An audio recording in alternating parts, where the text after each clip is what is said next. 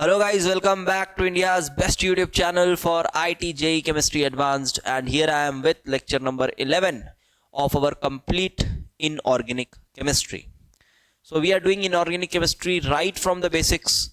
We have started it from electronic configuration, quantum numbers, atomic radius, periodic table, trends, those trends of ionization energy, electron gain enthalpy, shielding effect, inert pair effect, hydration energy, lattice energy, ये सभी topics हमने शुरू के 9 lectures में अच्छे से cover किया है.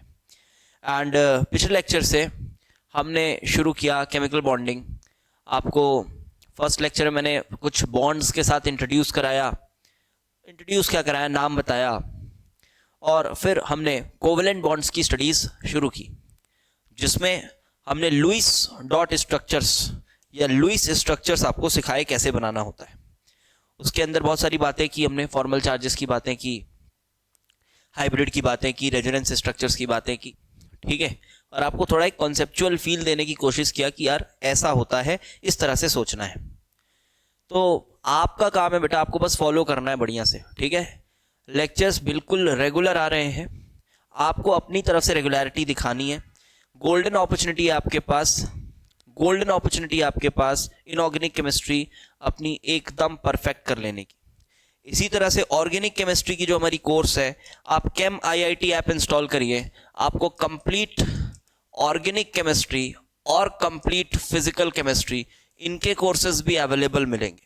तो जिस भी चैप्टर के साथ आप स्ट्रगल कर रहे हैं, आप उनको स्ट्रॉन्ग कर सकते हैं यूजिंग दीज कोर्सेज. और मैं बताऊं, ऑर्गेनिक केमिस्ट्री की जो कोर्स है हमारी काफ़ी कंसाइज्ड है, कोई टाइम पास नहीं, एकदम जो एक्चुअल रैंकर बच्चा जिस तरह से पढ़ता है उस तरह से कोर्सेज डिज़ाइन करे जा रहे हैं. इनऑर्गेनिक की पे जो लेक्चर्स हैं वो एकदम रैंकर बच्चों वाले लेक्चर्स हैं ये, ठीक है. तो आपको अगर रैंकर बनना है तो बढ़िया फॉलो करिए, नहीं तो लल्लू राम बने रहना है तो लल्लू राम बने रहो, ठीक है. उसमें तो फिर कोई नहीं रोक सकता आपको. तो वही बात है ऑर्गेनिक केमिस्ट्री के. फॉर एग्जांपल मैं बताऊं, पूरी ऑर्गेनिक रिएक्शंस, जैसे मान लो आपने जीओसी पढ़ा हुआ है, आइसोमरिज्म आपको आता है, अगर आपको परेशानी हो रही है ऑर्गेनिक रिएक्शंस में, सर इतने सारे रिएक्शंस हैं, हमको तो समझ ही नहीं आता कैसे याद करें, या फिर याद तो करना आप ही का काम है, सर पूरे रिएक्शंस कहीं मिल जाते तो मज़ा आ जाता, क्या है हम पढ़ते हैं तो ये रिएक्शन छूट जाता है, ये रिएक्शन तो हमारी कॉपी में होता ही नहीं है, ऐसा है वैसा है. अगर ये सब चीज़ों का समस्या आपको है, मैं बताऊं आपको कि हमारा जो ऑर्गेनिक का कोर्स है इसमें 25 लेक्चर्स हैं 1-1 घंटे के रिएक्शन मैकेनिज्म के. उसके बाद aldehyde ketones and carboxylic acid derivatives के 15 लेक्चर्स हैं. फिर हाइड्रोकार्बन एल्काइल हैलाइड के 5 लेक्चर्स हैं. एरोमेटिक्स अभी चल रहा है, उसके भी 4 लेक्चर आएंगे. और फिर अमीन्स, अल्कोहल्स और एथर्स, उसके भी रफली 3-4 लेक्चर आएंगे. तो अगर आप टोटल करते हो तो रफली 50 लेक्चर्स हैं, समझो आप 50 लेक्चर्स हैं. हाँ, डेंस काफ़ी हैं, ऐसा नहीं कि एकदम छोटी छोटी चीज़ को एकदम चलाए जा रहे हैं लल्लुओं की तरह, वैसा नहीं, काफ़ी डेंस है. लेकिन मैं बता दूं 50 से 55 लेक्चर्स में, 50 to 55 लेक्चर्स में अगर आपकी पूरी ऑर्गेनिक रिएक्शंस हो जाती है तो फिर इससे बड़ी बात आपके लिए है नहीं. और अगर आप ड्रॉपर बच्चे हैं तो आपके लिए इससे बढ़िया कुछ हो ही नहीं सकता. इवन अगर आप रेगुलर स्टूडेंट हैं जो कि अगले साल 25 एस्पिरेंट हैं, आप भी इस तरह से ही पढ़िए, ठीक है. बस आप ये कर सकते हैं कि आपको रिवीजन का समय थोड़ा ज़्यादा मिल जाएगा, लेकिन जो ड्रॉपर बच्चा है उसको रोज़ रोज़ एक लेक्चर देखना है. तो अगर आप रोज़ रोज़ एक लेक्चर देखते हो बेटा, तो भी 50 से 55 लेक्चर्स में आपके पूरे organic reactions with complete reaction mechanisms आपको कंप्लीट होता हुआ मिलेगा. तो मेरे हिसाब से तो इससे बेहतर आपको कुछ नहीं मिल सकता. वो आपकी चॉइस है, आप देख लीजिएगा, ठीक है. आप ऐप इंस्टॉल करेंगे, केम आईआईटी ऐप, और ये ऐप का वेब वर्जन भी अवेलेबल है. आपको बस इस वेबसाइट में लॉगिन करना पड़ेगा, web.classplus ऐप, इस पे आपको लॉगिन करना पड़ेगा और ORG कोड आपको यूज़ करना होगा, KNJTG. This is the ORG code that you have to use and then you will be directed to the app, ठीक है, अगर वेब वर्जन आप यूज़ कर रहे हैं तो, ठीक है बेटा, तो अब शुरू करते हैं हमारा नेक्स्ट लेक्चर, दैट इज हम पढ़ रहे थे लुईस स्ट्रक्चर्स। ठीक है, तो मैंने आपको दो एग्जांपल्स दिए थे। कौन कौन से दो एग्जांपल दिए थे सर? हमने देखा था सिंपल, एक तो मैंने कार्बन डाइऑक्साइड के बारे में बताया आपको, जिसके थ्रू मैंने आपको उसकी वो सिखाई, कार्बन डाइऑक्साइड के हमने CO2 पढ़ा, और CO2 का हमने रेजोनेंस देखा क्या होता है, हाइब्रिड देखा क्या होता है, कैसे स्ट्रक्चर बनाते हैं, क्या कंट्रीब्यूशन है, फॉर्मल चार्ज क्या है, ये सब हमने देखा था। अब आगे बढ़ते हैं बेटा, दूसरा भी स्ट्रक्चर मैंने बनवाया आपसे, ओजोन। अब आज हम 5-7 स्ट्रक्चर्स और बनाएंगे, उनके हाइब्रिड के बारे में चर्चा करेंगे, थोड़ा बहुत बॉन्ड ऑर्डर की चर्चा करेंगे। ठीक है, चलो भाई तैयार हो जाओ, नोट्स वोट्स बनाते रहो बढ़िया से। तीसरा चलो ले लेते हैं नाइट्रेट आयन, NO3- आयन। ठीक है, तो जब नाइट्रेट आयन का स्ट्रक्चर बनाना है हमको, लुईस डॉट स्ट्रक्चर, तो कैसे करेंगे देखो। सबसे पहले count the number of valence electron. तो नाइट्रोजन वैलेंस इलेक्ट्रॉन्स 5। ठीक है, फिर ऑक्सीजन तो कितना हुआ, 5 + 18 + 1, क्योंकि एक माइनस चार्ज मतलब एक इलेक्ट्रॉन एक्स्ट्रा काउंट करेंगे आप, तो ये हो रहा है बेटा 24 इलेक्ट्रॉन्स आपके पास हैं। And using these 24 electrons you have to complete the octet of each and every atom of nitrate ion. So nitrate ion आपके पास है, आप ऐसा करिए, पहले क्या करते थे अपन, connect with single bonds, ऐसे कनेक्ट कर दिए, and now try to complete the octet of the side atoms, तो 1 2 3 4 5 6 done, 1 2 3 4 5 6 done, 1 2 3 4 5 6 done। नाउ क्या सेंट्रल एटम की ऑक्टेट कंप्लीट हो गई है? देखो 24 इलेक्ट्रॉन यूज कर लिया ना आपने, 24 इलेक्ट्रॉन यूज कर लिया। अब क्या सेंट्रल एटम की ऑक्टेट कंप्लीट हो गई है? तो बात है नहीं हुई है सर। तो क्या करते थे बेटा, याद है, साइड वाले लोन पेयर को बॉन्ड पेयर में कन्वर्ट। तो एक स्ट्रक्चर ऐसा बन सकता है, यही काम इधर से भी की जा सकती है, देखिए आप, यही काम ऐसे की जा सकती है, और यही काम ऐसे भी किया जा सकता है, और यही काम ऐसे भी किया जा सकता है। So we have 3 resonating structure. Now let's check the formal charges. So this is -1, एक बॉन्ड बना रहा है ना, ऑक्सीजन की लिमिट 2 बॉन्ड की थी, ऑक्टेट कंप्लीट है और वो एक बॉन्ड बना रहा है, तो फॉर्मल चार्ज ऑफ -1 दे देंगे। यहाँ फॉर्मल चार्ज -1, यहाँ फॉर्मल चार्ज 0। नाइट्रोजन की लिमिट थी 3 बॉन्ड, बना रहा है 4 बॉन्ड, तो कितना हो जाएगा ये, +1। तो आप देख सकते हैं नेट जो चार्ज है नाइट्रेट आयन पर, वो आ रहा है -1 का, जो कि सही है। तो यहां भी आप देखिए -1 -1 0 +1, -1 0 +1। अब अगर आप स्टेबिलिटी देखेंगे बेटा इन तीनों की, तो क्या आपको समझ आ रहा है कि same amount of charge, same atoms पे, सेम टाइप ऑफ एटम्स पे डिस्पर्स्ड हैं, same amount of charge same type of atoms पे डिस्पर्स्ड हैं। इसका मतलब ये तीनों रेजोनेटिंग स्ट्रक्चर इक्विवेलेंट हैं। So these are equivalent resonating structures, ये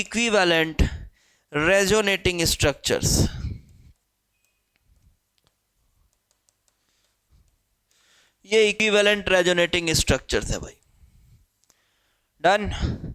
तो जब आप हाइब्रिड बनाएंगे तो इन तीनों का कंट्रीब्यूशन लेंगे।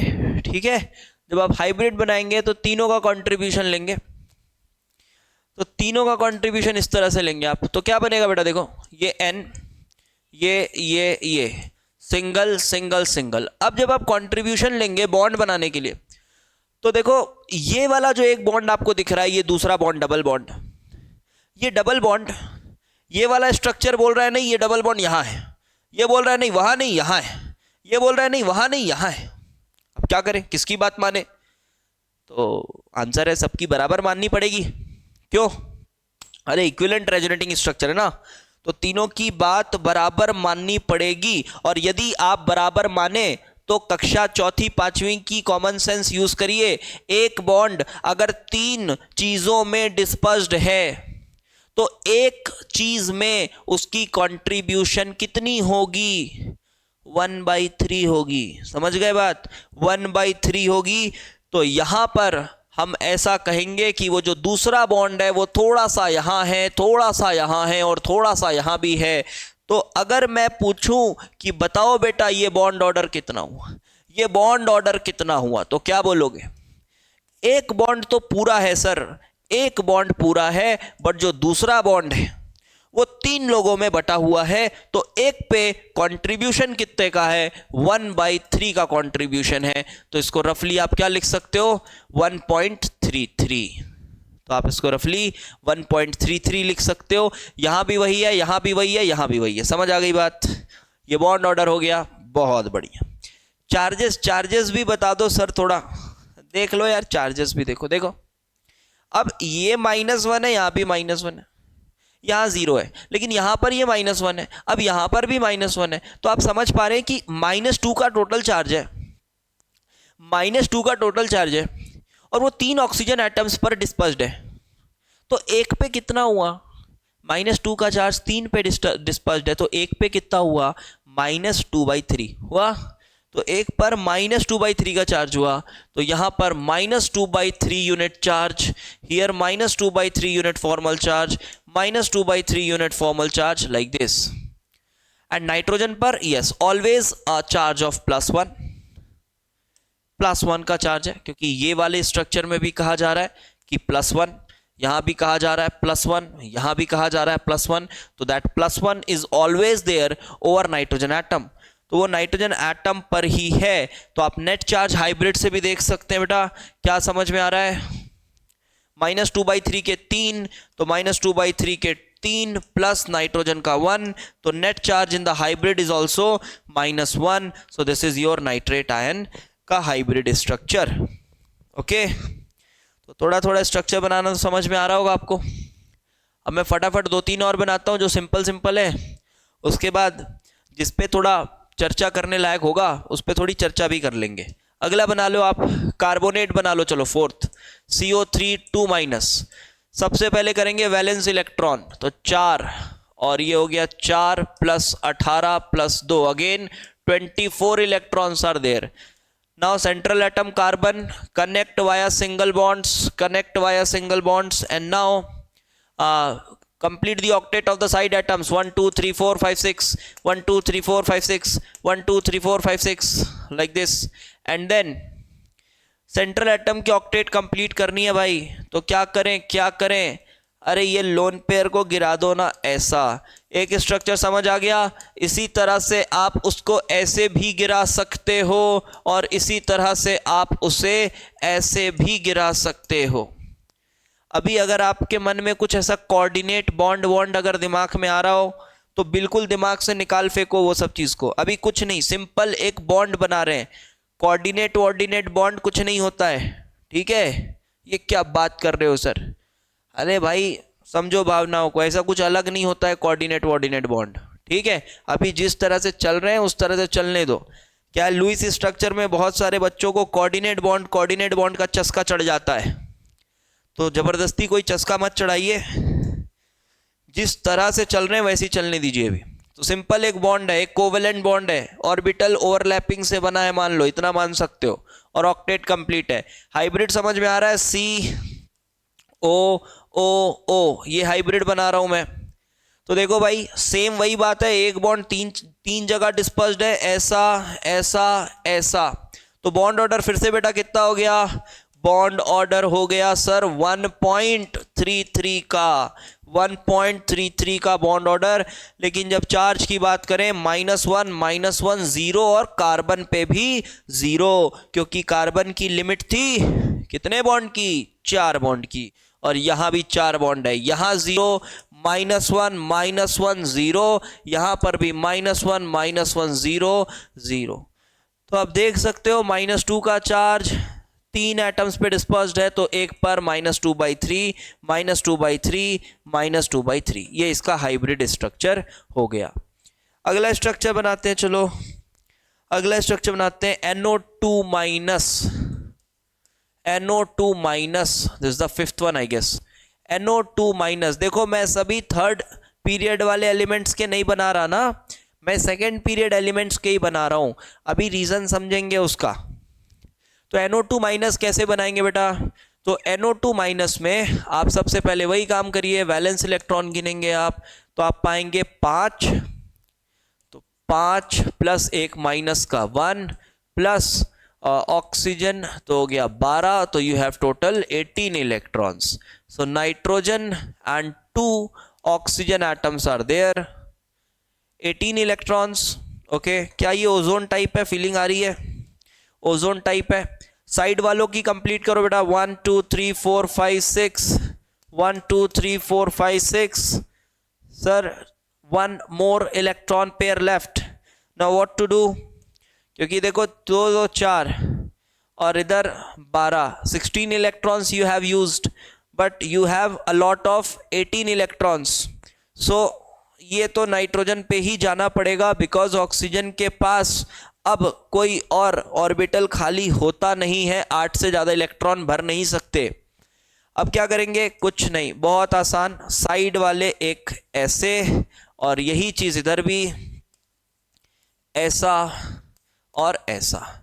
आई होप समझ आ गई होगी बात। और ये भी आप अगर देखें ध्यान से तो ये इक्विवेलेंट रेजोनेटिंग स्ट्रक्चर है, सिर्फ इस ऑक्सीजन पर -1, इस ऑक्सीजन पर -1, यहाँ 0, यहाँ 0। So these are also equivalent resonating structure, and if you have equivalent resonating structure, then it is very possible to make its perfect hybrid. To make its perfect hybrid it is very possible. So this is NO2 minus, and जब इसका hybrid हम बनाएंगे so it will be like simply ozone की तरह है।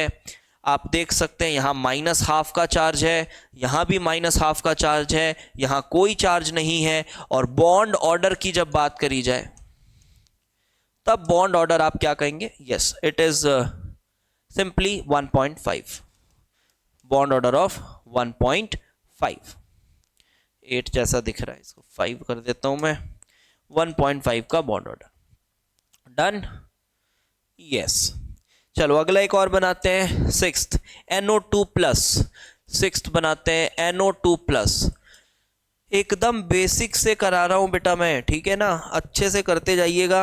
और ये chapter का नाम ही मैंने दिया है केमिकल बॉन्डिंग बेसिक्स, ठीक है, तो बिल्कुल बेसिक से करा रहे हैं, आप बस अच्छे से करते जाइए।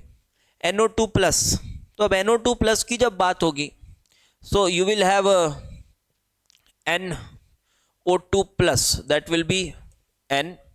तो इलेक्ट्रॉन काउंट कर, वैलेंस इलेक्ट्रॉन काउंट कर, वही बात है, N पे 5 फिर 12, लेकिन एक इलेक्ट्रॉन कम करना पड़ेगा क्योंकि प्लस चार्ज मतलब एक इलेक्ट्रॉन निकल गया है। तो ओवरऑल आपके पास अभी है 16 इलेक्ट्रॉन्स। तो जब आपके पास 16 इलेक्ट्रॉन्स है तो आप कैसे बनाओगे, N करोगे फिर O करोगे फिर O करोगे। अभी देखो बेटा, आप शेप को लेके परेशान मत होना कि सर आप इसको सीधा क्यों बना रहे हो, यहाँ तो आपने टिल्ट करके बनाया है, यहाँ पे आपने ऐसा बनाया बेंड करके, यहाँ आप सीधा बना रहे हो। अभी आप शेप का टेंशन मत लो, शेप हम अगले टॉपिक में पढ़ेंगे, ठीक है। अभी आप कैसे भी बना दो, बस बॉन्ड्स मेक श्योर करो सही होना चाहिए। हाइब्रिड अगर पॉसिबल है बनना तो वो सही बनना चाहिए, ठीक है। तो NO2 प्लस, अब साइड वाले 1 2 3 4 5 6, 1 2 3 4 5 6, ये हो गया, कंप्लीट हो गया 16 इलेक्ट्रॉन, जी हाँ। अब क्या करें, हाँ अब ये इधर से ऐसा गिराओ और इसे ऐसा गिराओ, ये देखो कार्बन डाइऑक्साइड जैसा बन रहा है स्ट्रक्चर, जी सर। ऐसा भी कर सकते थे बेटा, ये ऐसा और ये ऐसा, और ऐसा भी कर सकते थे, ये ऐसा और ये ऐसा, ये लो 3 स्ट्रक्चर बन गए, तीनों ही NO2 प्लस के स्ट्रक्चर्स हैं।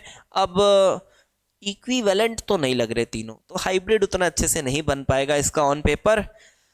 तो अगर देखा जाए तो इस पे 0 का चार्ज है और इस पे +1 का चार्ज है और इस पे 0 का चार्ज है, तो अच्छी बात है। देखो चार्जेस जो है वो कम से कम चार्जेस हैं, तो कम से कम चार्जेस होना अच्छी बात है। तो ये स्ट्रक्चर अच्छा लग रहा है, बुरा नहीं है। यहाँ पे देखो तो +1 है, यहाँ पे भी +1 है और यहाँ -1 है, ये चीज़ बहुत बुरी है, ये चीज़ जो है ना, ये एकदम बुरी बात है, ये नहीं होना चाहिए, ये बुरी बात है। क्योंकि दो लाइक चार्जेस अगर आसपास हैं, आजू बाजू है ना, तो वो अच्छी बात है नहीं।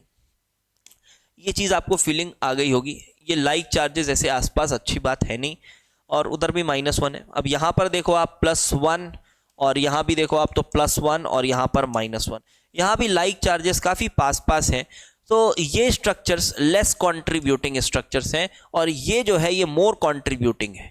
बट फिर वही बात, क्या हम परफेक्ट हाइब्रिड बना पाएंगे? नहीं बना पाएंगे। तो हम रफली क्या मान लेते हैं, हम नेग्लिजिबली मान लेते हैं कि इनका इफेक्ट तो नेग्लिजिबल है, तो जो कंट्रीब्यूशन है इसी का है, हम इसी को यूज कर लेते हैं।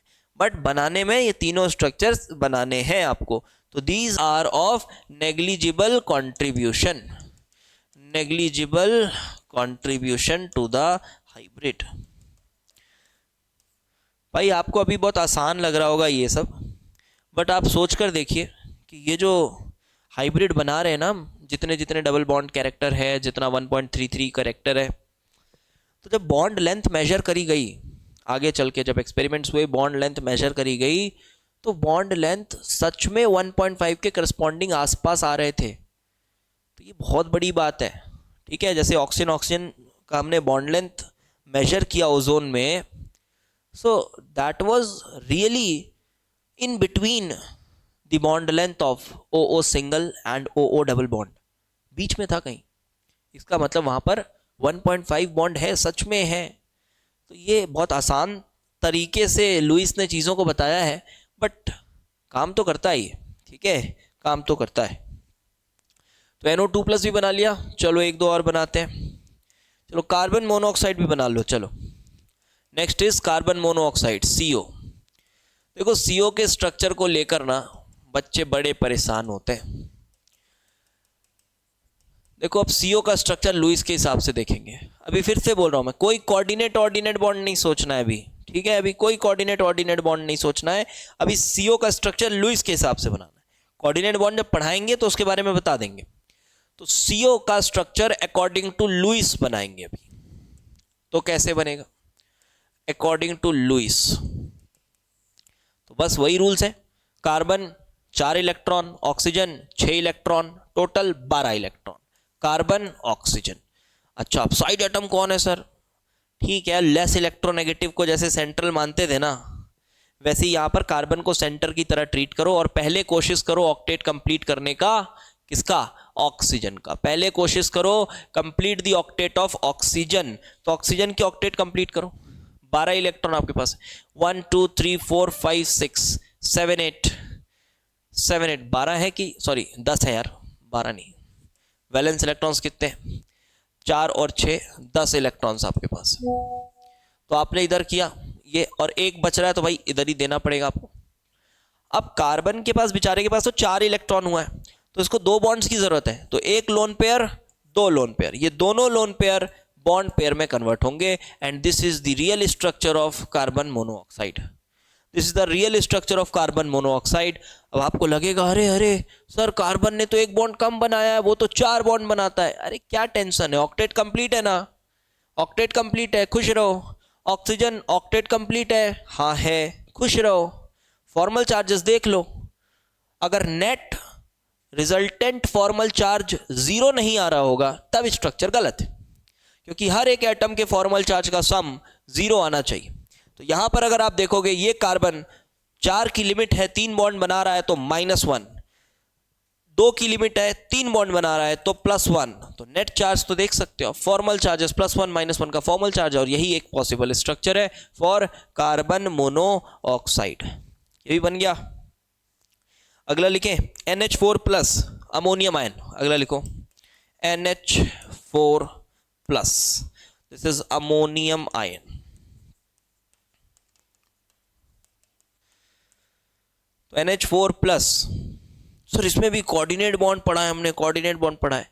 ठीक है यार, पढ़ेंगे ना आगे चल के, कोऑर्डिनेट बॉन्ड पढ़ा होगा आपने, पढ़ा होगा, आगे पढ़ेंगे।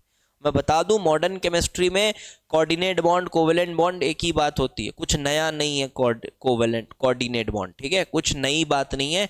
ये जब आप ऑर्बिटल ओवरलैपिंग पढ़ लेंगे तो आपको समझ में आ जाएगा। मैं बार बार इसलिए बोल रहा हूँ कोऑर्डिनेट कोऑर्डिनेट, क्योंकि बच्चों को मैंने देखा है लुईस स्ट्रक्चर्स पढ़ते समय बहुत कोऑर्डिनेट बॉन्ड करते हैं और कंफ्यूज रहते हैं, कौन सा सही है कौन सा सही है। अरे सब सही है, सब एक ही बात है।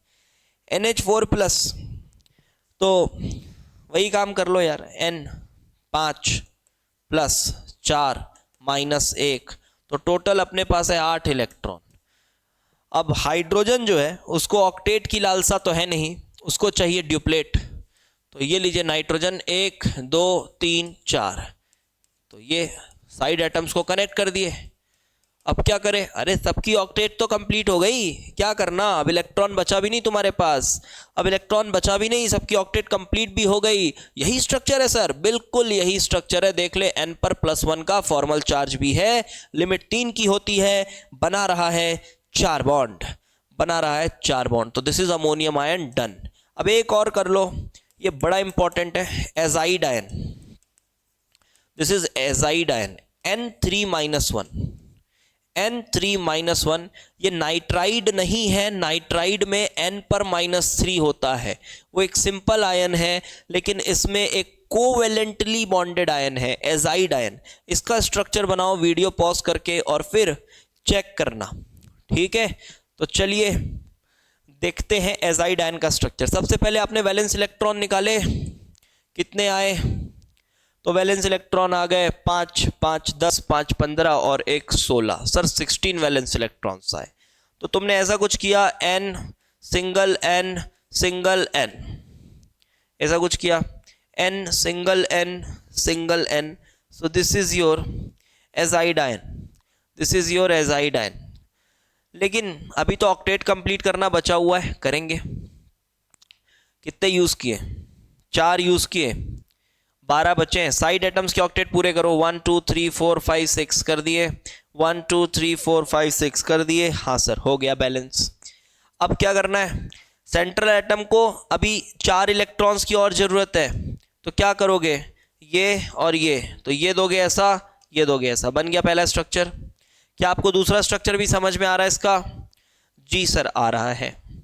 कैसे कैसे कैसे, अरे सर दोनों इलेक्ट्रॉन इधर से दे देंगे और क्या, दोनों इलेक्ट्रॉन इधर से दे देंगे और क्या। क्या और एक स्ट्रक्चर समझ में आ रहा है, जी सर बिल्कुल आ रहा है, बेवकूफ थोड़ी ना हम, आ रहा है बिल्कुल आ रहा है। कैसे कैसे कैसे, ये ऐसे ऐसे ऐसे, ये लो, ठीक है। ये 3 स्ट्रक्चर्स बना लिया अपन ने, 1 2 3। अब क्या देखना है, अब क्या देखना है, अब ये देखना है कि इसमें स्टेबिलिटी चेक करनी है, ठीक है। अभी अपने को स्टेबिलिटी चेक करनी है, ध्यान से देखेंगे। फॉर्मल चार्जेस असाइन करो पहले। तो यहां पर देखो 3 से एक कम बॉन्ड बना रहा है, -1, यहां +1, यहां -1, ठीक है। बहुत लाइक चार्जेस पास में नहीं है तो ठीक है, अच्छी बात है। यहां पर देखा जाए N है 0, तो अच्छा लग रहा है सर, 0 है 0 है, ये +1 और ये -2। अब ये -2 ना थोड़ा बुरा माना जाता है, -2 बुरा माना जाता है, ये -2, ये +1 और ये 0। अब आप कहोगे कि सर -2 बुरा क्यों है, सर देखो पास पास भी तो है, ये पास पास भी है सर, प्लस माइनस पास पास भी है। तो मैं कहूँगा कि देखो भाई, जब एजाइड आयन की स्टडी हुई तो उसका जो हाइब्रिड का स्टडी हुआ, एक्सपेरिमेंटली जो उसके हाइब्रिड की स्टडी हुई, उसमें इसका कैरेक्टर ज़्यादा निकल कर आ रहा था, ठीक है। इसका कैरेक्टर ज़्यादा निकल कर आ रहा था और उसी हिसाब से लुईस ने रूल्स बनाए हैं। तो उसने क्या बोल दिया, सिर्फ उस एक्सपेरिमेंटल रिजल्ट को मैच करने के लिए ये बोला कि देखो देखो देखो, एक एटम पर अगर ऐसे -2 का चार्ज आ जाता है तो ये अच्छी बात नहीं है। उसने इसको ऐसे एक्सप्लेन किया, इसने बोला अरे -2 देखो, -2 का मतलब माइनस और माइनस होता है, अरे बाप रे, लोगों ने कहा अरे सही बोल रहा है यार, सही बोल रहा है, लेकिन वो तो सिर्फ एक्सपेरिमेंटल रिजल्ट को मैच करने के लिए बोल रहा है भाई। समझो मेरी बात, इसने बोला माइनस माइनस, देखो देखो देखो लाइक चार्जेस एकदम एक एटम पर चढ़ गए हैं, दो दो लाइक चार्जेस, ये अच्छा नहीं होना चाहिए, नहीं होना चाहिए अच्छा। लोगों ने कहा हाँ ठीक ठीक ठीक ठीक बोल रहा है भाई तू, ये अच्छा तो नहीं होना चाहिए। एक्चुअली तो उसको एक्सपेरिमेंटल रिजल्ट्स को मैच कराना था, इस वजह से इस तरह के नियम कानून बनाए गए। इसको बहुत ज़्यादा दिल से मत लिया करो, ऐसे कॉन्सेप्चुअली सोचने की कोशिश, अपना दिमाग मत लगाया करो, ठीक है। हाँ, तो क्या बोलेंगे, लिख लो, एक्यूमुलेशन ऑफ -2 और +2 charge over a single atom in a Lewis structure decreases its stability to a large extent, decreases its stability to a large extent। तो भाई अब हाइब्रिड तो देखो नहीं बना पाएंगे, इसका हाइब्रिड नहीं बना पाएंगे, बट हाँ इसको हम मेजर कंट्रीब्यूटिंग बोलेंगे।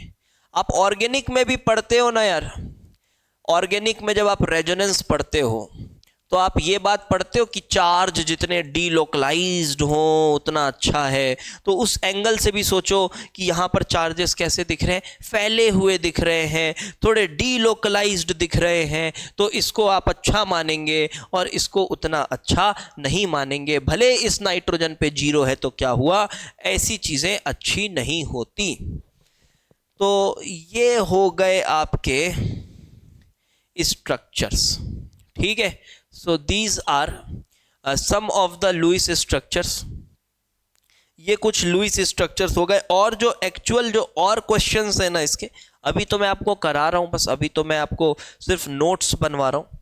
हम इसके और क्वेश्चंस भी करेंगे अपने कोर्स में, इसके और क्वेश्चंस भी करेंगे जब मैं आपको एडवांस केमिकल बॉन्डिंग पढ़ाऊँगा। ये भी खैर एडवांस के लिए इनफ होता है, बट एडवांस बोलने का मतलब एडवांस प्लस है। तो जब वो आपको कराऊंगा तो उसमें कुछ और टफ क्वेश्चंस हम करेंगे क्वेश्चंस के फॉर्म में, ठीक है। तो अभी अपने को अंडरस्टैंडिंग तो आ गई लुईस स्ट्रक्चर्स की कि कैसे होते हैं। अब ना इसके मैं थोड़े से ड्रॉबैक्स आपको बताता हूँ। अगर मैं आपसे कहूँ कि चलो ड्रॉबैक्स देखते हैं, इसके कोई ड्रॉबैक्स भी हैं क्या, ड्रॉबैक्स ऑफ लुईस कॉन्सेप्ट। देखो पहला ड्रॉबैक तो ये है कि ये जो ऑक्टेट की बात कर रहा था ना कि ऑक्टेट कंप्लीट होना चाहिए, ऐसा वैसा, ऑक्टेट के बिना कुछ नहीं हो सकता, सभी को ऑक्टेट रूल फॉलो करना पड़ेगा, इस तरह की बातें करी थी इसने। लेकिन फिर ग्रेजुअली कुछ मॉलिक्यूल्स डिस्कवर हुए और वो मॉलिक्यूल्स ऐसे थे जो ऑक्टेट के रूल्स को, मतलब बोला जाए तो ऑक्टेट के रूल्स की एकदम धज्जियां उड़ा रहे थे। कुछ मॉलिक्यूल ऐसे हैं जिसमें सेंट्रल एटम के पास 10 इलेक्ट्रॉन है, कुछ में 12 है, कुछ में 14 इलेक्ट्रॉन्स है। तो कुछ इस तरह की चीज़ें भी हुई। फिर कॉम्प्लेक्सेस वगैरह डिस्कवर हुए तो फिर तो अलग ही बात होने लगी भाई। ऑक्टेट वॉक्टेट तो सब भूल गए, फिर सब भूल ही गए ऑक्टेट भी कुछ होता था। कॉम्प्लेक्सेस जब डिस्कवर हुए, ठीक है, तो फिर मतलब क्या सर, लुईस गलत हो गया, लुईस गलत हो गया। देखो गलत नहीं हुआ, हम ऐसे बोलेंगे कि जरूरी नहीं है कि ऑक्टेट कंप्लीट रहे। और ऑक्टेट कंप्लीट किसके लिए रहता है, तो जो सेकेंड पीरियड एलिमेंट्स है ना बेटा, सेकेंड पीरियड एलिमेंट्स, उनको अगर आप देखो तो क्या होता है। देखो जो सेकेंड पीरियड एलिमेंट्स हैं उनके पास 1s 2s 2p यही ऑर्बिटल्स अवेलेबल होते हैं। और अगर आप इसके वैलेंस सेल को देखोगे तो इसमें 2s और 2p है। तो 2s और 2p की जो आप मैक्सिमम लिमिट अगर देखें तो वो मैक्सिमम लिमिट 8 इलेक्ट्रॉन्स की है। तो 2s और 2p को अगर आप देखें और आप उसमें मैक्सिमम लिमिट देखें तो मैक्सिमम लिमिट 8 इलेक्ट्रॉन्स की है, मतलब ऑक्टेट से ज़्यादा नहीं हो सकता, ऑक्टेट से ज़्यादा नहीं हो सकता। इसी वजह से जो सेकेंड पीरियड एलिमेंट्स हैं वो कुछ हद तक फॉलो करते हैं लुईस के कॉन्सेप्ट को। तो लिखो इस बात को, second period elements can not have more than 8 electrons. okay, cannot have more than 8 electrons in their structures. Cannot have more than 8 electrons in their structures. But if element belongs to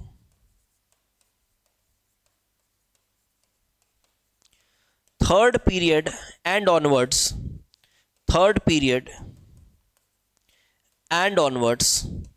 अगर वो third period या उसके बाद का है, then it contains some vacant orbitals, then it contains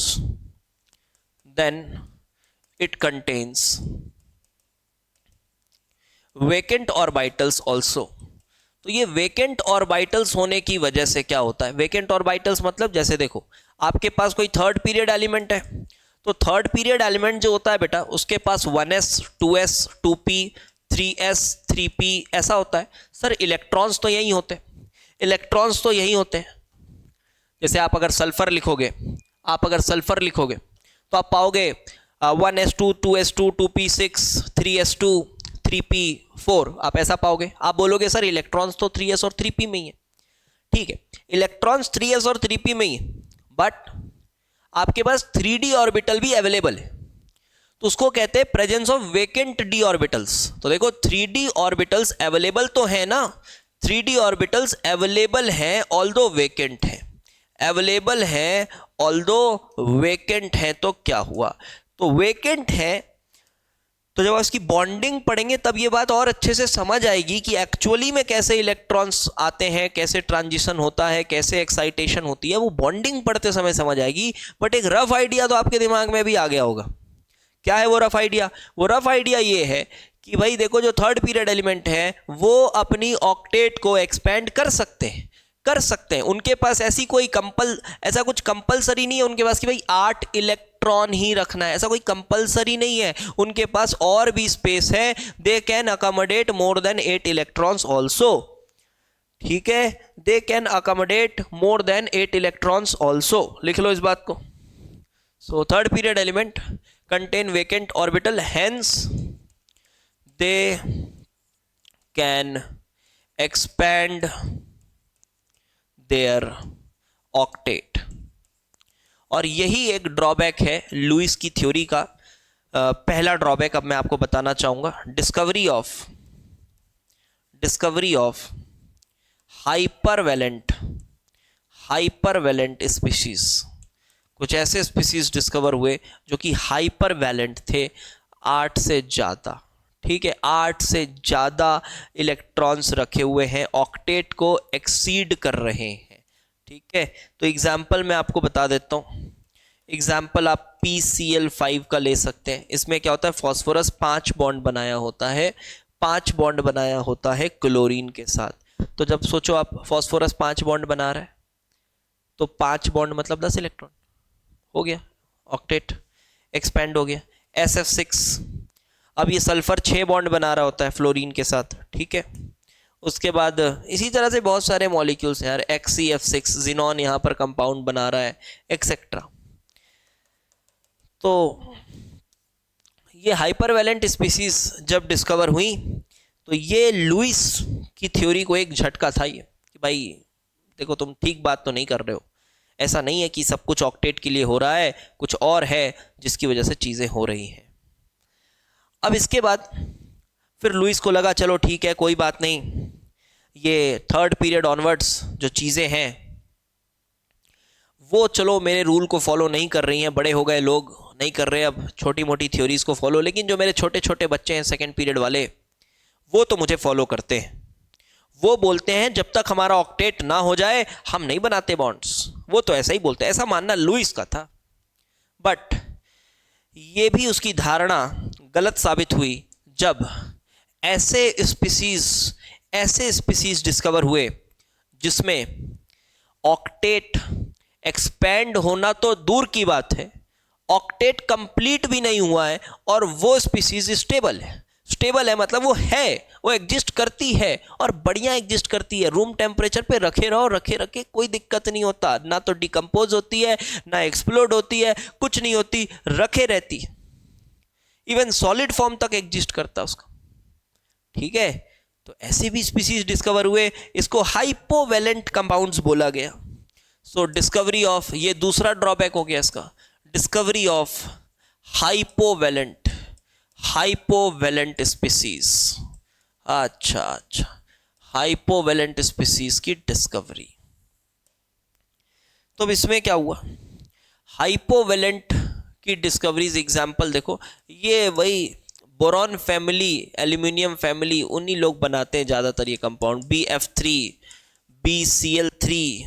तो अब इनके स्ट्रक्चर देखोगे ना, BF3, BCl3, और फिर आप AlCl3 एक्सेट्रा, तो आप ऐसा पाओगे। BF3 कैसा, बोरॉन, 3 वैलेंस इलेक्ट्रॉन, 3 बॉन्ड बनाता है, कुछ ऐसा। तो अगर आप देखो तो बोरॉन के पास कोई लोन पेयर नहीं बचा हुआ है, तो बोरॉन के पास अभी एक 6 इलेक्ट्रॉन सिस्टम है, इसको सेक्सटेट भी कहते हैं।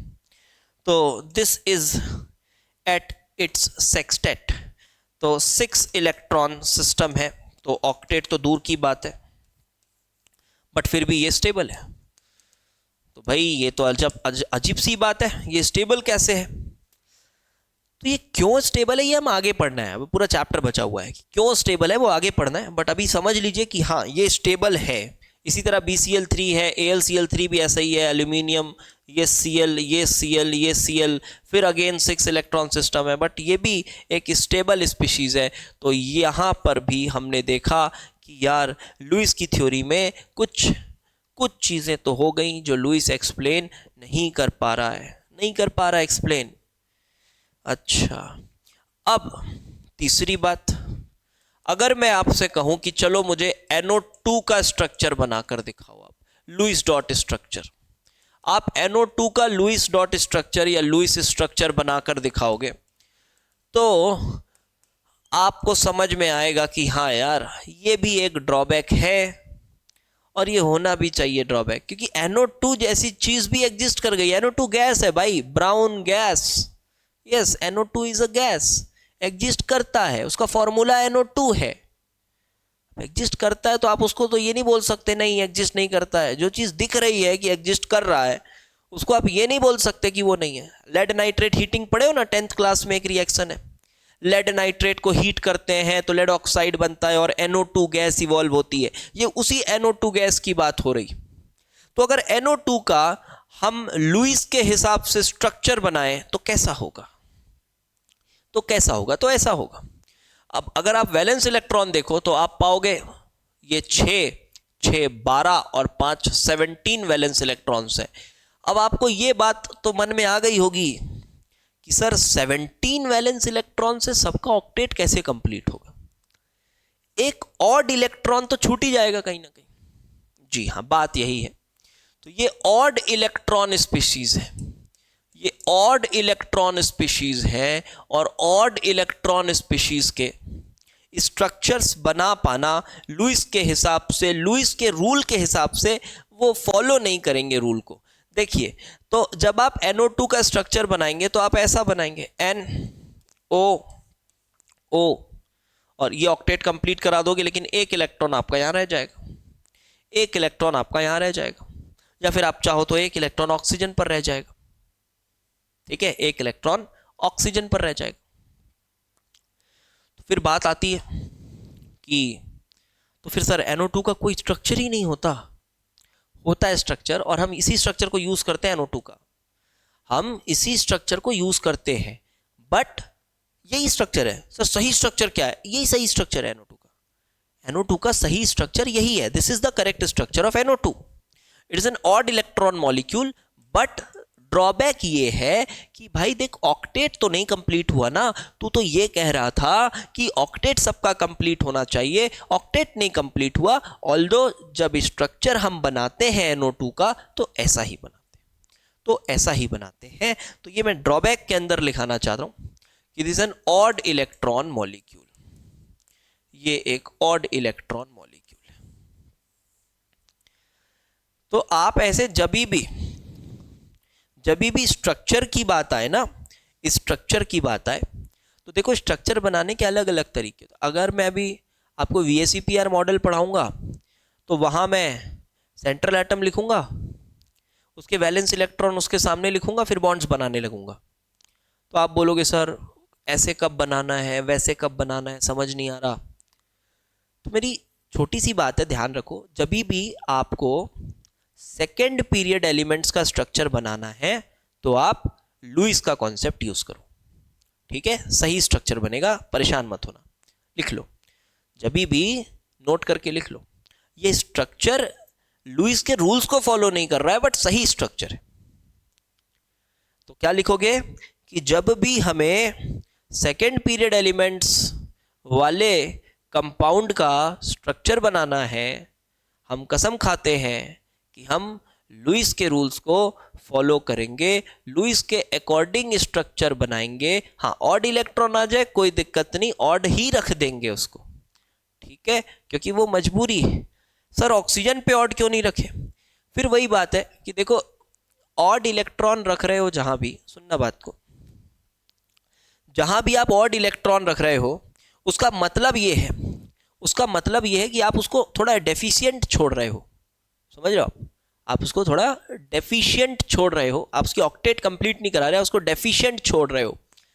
तो जैसे more negative, more electronegative atom पर नेगेटिव अच्छा होता था, तो उसी तरह से आप मोर इलेक्ट्रोनेगेटिव एटम को डेफिशिएंट मत छोड़िए।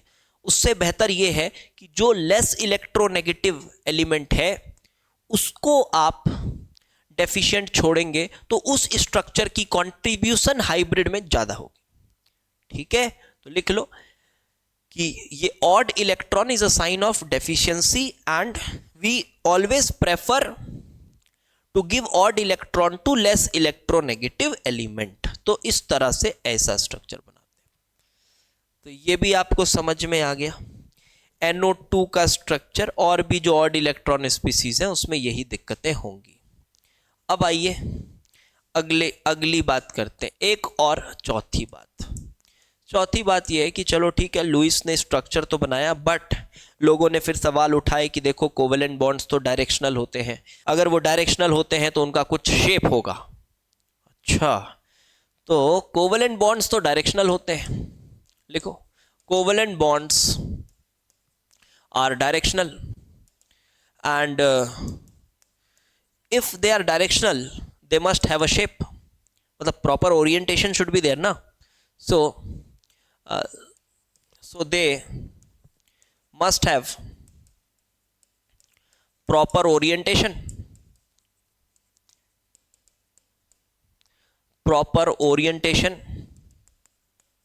and hence a fixed shape, एक फिक्स्ड शेप होना चाहिए। और अगर फिक्स्ड शेप है तो भाई शेप बताओ कैसा शेप होगा, 3D शेप्स बताओ आप। तो लुईस बोला भाई देखो इतना मेहनत नहीं हो पाएगा मेरे से, मैंने बॉन्डिंग बता दी कैसे होता है कोवेलेंट बॉन्ड, अब शेप वेप जाओ भाई किसी और से पूछो, मैं नहीं बता पाऊंगा। तो फिर हो गया, ड्रॉबैक बन गया उसका, ठीक है? तो लिख लो but Lewis theory does not talks about molecular shapes। तो मॉलिक्यूलर शेप्स की बात नहीं होती। तो ये तो हुआ आपका लुईस कॉन्सेप्ट खत्म, ठीक है? ये आपकी लुईस कॉन्सेप्ट कर दी हमने खत्म। अब हम इंट्रोड्यूस करते हैं एक नेक्स्ट थ्योरी, जहां हम थोड़े और स्ट्रक्चर्स बनाएंगे, लेकिन इस बार शेप के साथ बनाएंगे। जी हाँ, अब हम बनाएंगे शेप के साथ, स्ट्रक्चर्स बनाएंगे, शेप के साथ बनाएंगे। तो लिखिए VSEPR model, VSEPR model.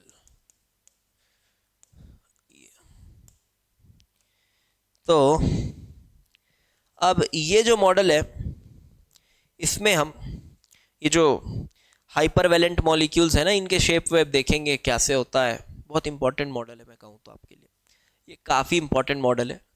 Shape wave की बात होगी, फिर आगे चल के हाइब्रिडाइजेशन से इसको लिंक भी करूँगा मैं, हाइब्रिडाइजेशन के कॉन्सेप्ट से लिंक करूँगा। कुछ लोग ऐसा भी प्रेफर करते हैं कि पहले हाइब्रिडाइजेशन पढ़ाते हैं फिर VSEPR पढ़ाते हैं। मैं नहीं बोलूँगा कि गलत है, वो ऐसा नहीं करना चाहिए, वो भी ठीक है, मैं ऐसा प्रेफर करता हूँ, इसके साथ ज़्यादा अच्छे से कनेक्ट करा पाता हूँ मैं बच्चों को। तो मैं पहले VSEPR मॉडल पढ़ाता हूँ और उसके बाद फिर आपको हाइब्रिडाइजेशन बाद में पढ़ाता हूँ, ठीक है। तो चलिए आप इसी ट्रेंड को फॉलो करो, इसी ऑर्डर को फॉलो करो जिस ऑर्डर के साथ चल रहा हूँ। तो लिखो VSEPR मॉडल, शुरू करते हैं इसको।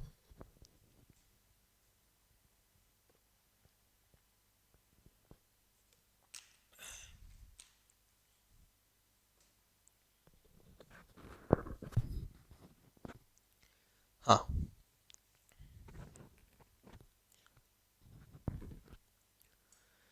चलो, तो VSEPR मॉडल में